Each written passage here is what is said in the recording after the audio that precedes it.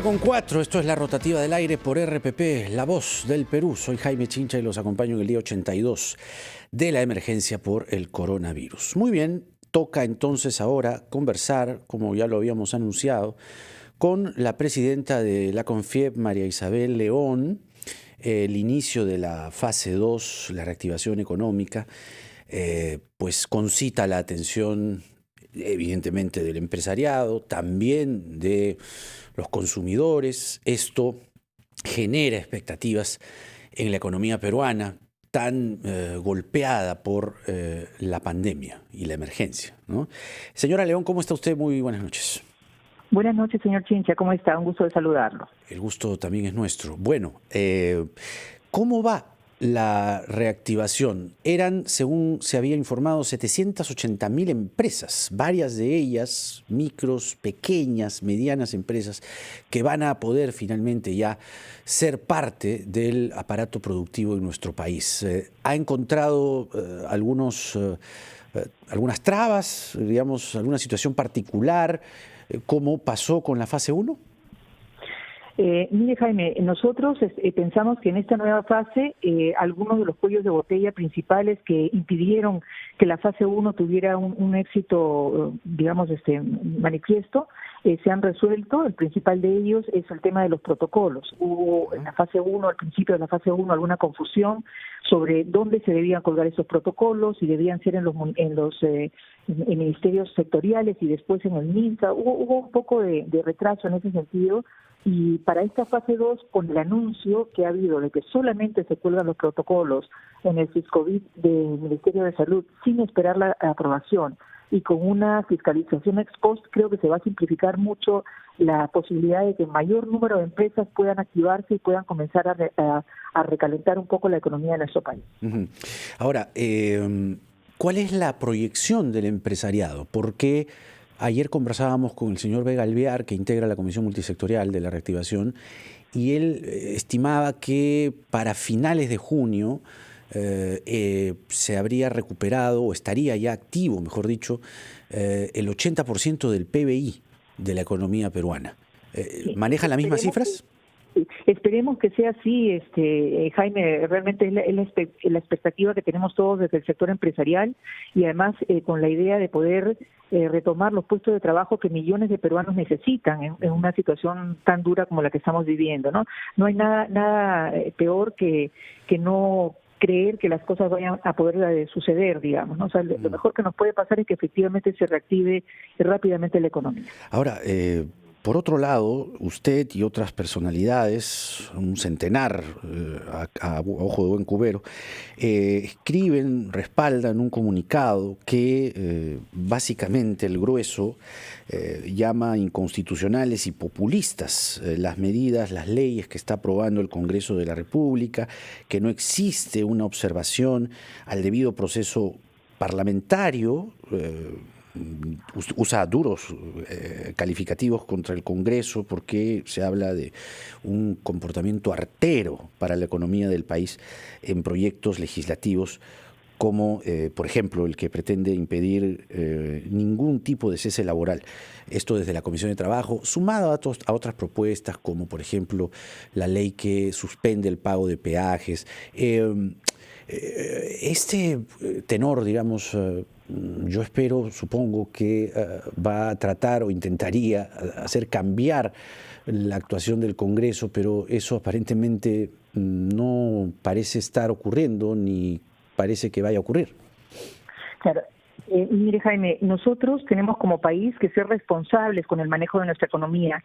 A lo largo de más de 20 años hemos tenido un cuidado fiscal, una responsabilidad fiscal, una responsabilidad en el manejo de las finanzas públicas de nuestro país que ha permitido que los impuestos que se han recaudado del enorme esfuerzo de las personas y del sector privado que han sido producto de la recaudación estén a disposición, digamos, del servicio público y Si no lo hemos hecho bien, digamos, a lo largo de estos 20 años y hay cosas que mejorar, pues se tendrán que mejorar. Pero lo que no podemos hacer es perder la brújula y perforar nuestra estabilidad como país. Nosotros tenemos que tener una conciencia como ciudadanos y como Estado de que tenemos que respetar la Constitución, tenemos que respetar el derecho de estabilidad jurídica y tenemos que garantizar las libertades civiles y de las empresas, que son las que generan los puestos de trabajo en el país.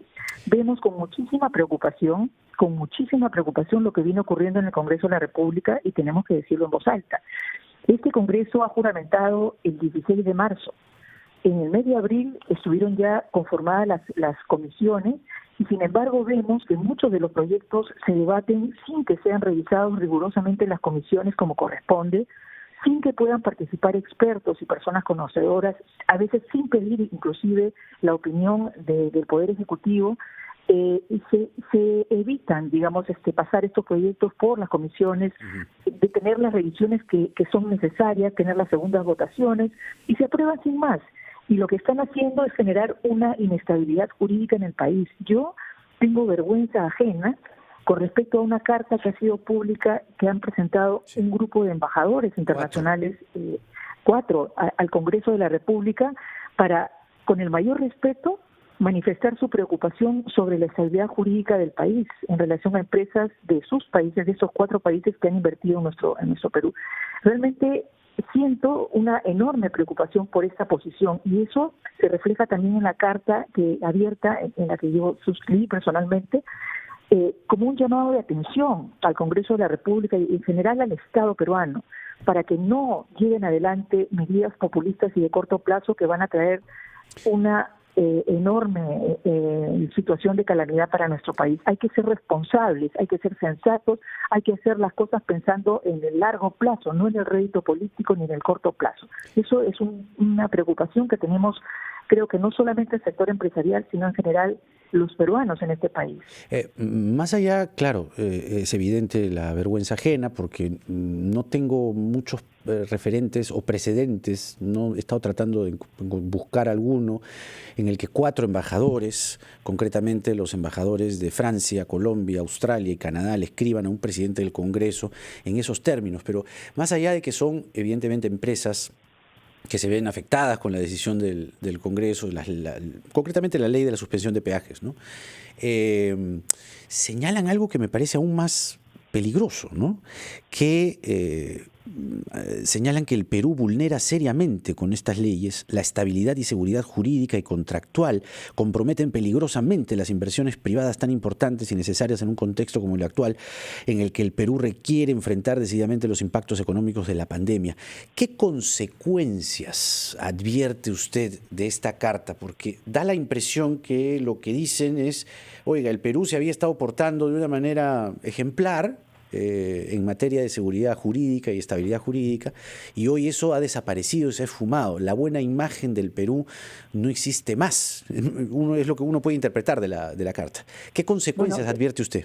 Mire, Jaime, las consecuencias son que la inversión seria, la inversión privada que viene de fuentes externas, por ejemplo, deje de mirar el Perú y vaya a mirar otras plazas. Nosotros estamos viviendo una situación muy grave económica a nivel del mundo, el Perú no es ninguna excepción, vamos a tener un año de recesión mundial y lo que se necesita es mayor inversión para poder generar mayor puestos de trabajo de los que ya hemos perdido y generar desarrollo. Si nosotros nos cerramos las puertas y perdemos la brújula, perdiendo la estabilidad jurídica que debemos garantizarle a los inversionistas, no vamos a lograr ningún desarrollo. Los servicios sociales, los servicios públicos que tiene el país, los buenos servicios de seguridad, de transporte, de infraestructura, de salud y de educación, se generan con el pago de los impuestos, no caen del cielo. Hay que trabajar duramente para ahorrar dinero y que esté a disposición de aquellas personas que deciden de nuestro país trabajar en los gobiernos de nivel municipal, regional y central para utilizar estos dineros en pro del beneficio general. Si no tenemos inversiones y no tenemos empresas, no se van a poder generar los ingresos para que el Perú se desarrolle. Eso es lo que hay que entender. Tenemos que garantizar la estabilidad jurídica, cumplir las normas como están establecidas. no saltárnoslas, no festinar los trámites. Por el amor de Dios, hay una serie de proyectos que nos preocupan muchísimo en el Congreso de la República y que tienen que ver con la afectación justamente de muchos principios constitucionales.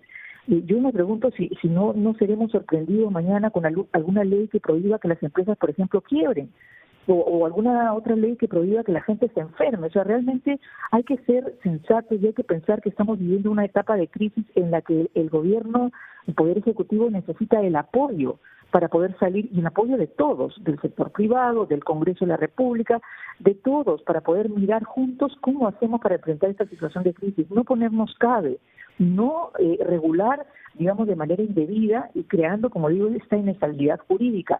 No se pueden hacer proyectos de ley desde el Congreso que perforen el presupuesto público, que generen mayor gasto, porque eso no lo permite la Constitución. No se pueden generar proyectos de ley que obliguen a un privado a subvencionar a otro privado. Eso no puede suceder. Nosotros tenemos que garantizar las libertades de las personas, las libertades de crear riqueza, las libertades de iniciativa, de industria, de comercio.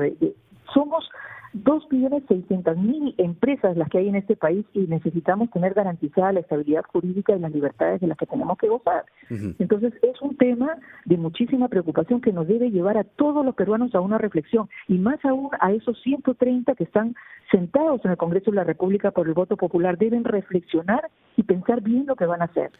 Están empeñando el futuro de nuestro país y no es justo.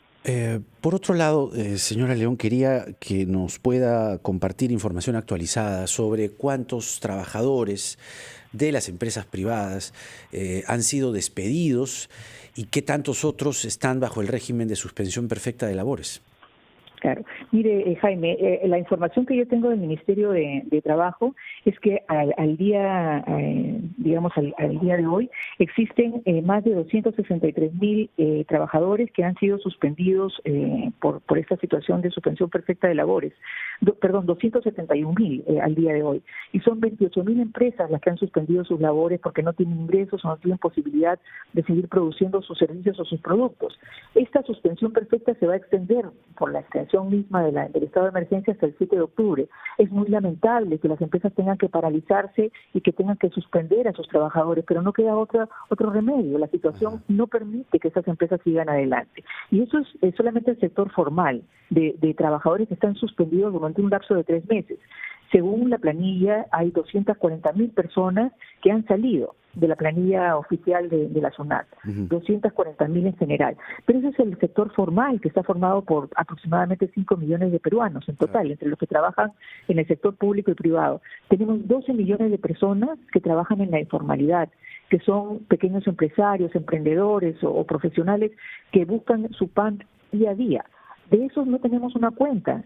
No tenemos una estadística, tenemos las encuestas que se hacen a veces y que nos arrojan pues cifras de 42% o más que declaran haber perdido sus trabajos. Quizás sea mayor, no lo sabemos, esa cifra no la tenemos, no sabemos cómo se puede medir, pero ciertamente las personas ya necesitan salir a trabajar, necesitan activarse, necesitan comenzar a llevar pan a sus casas, necesitan recuperar sus empleos.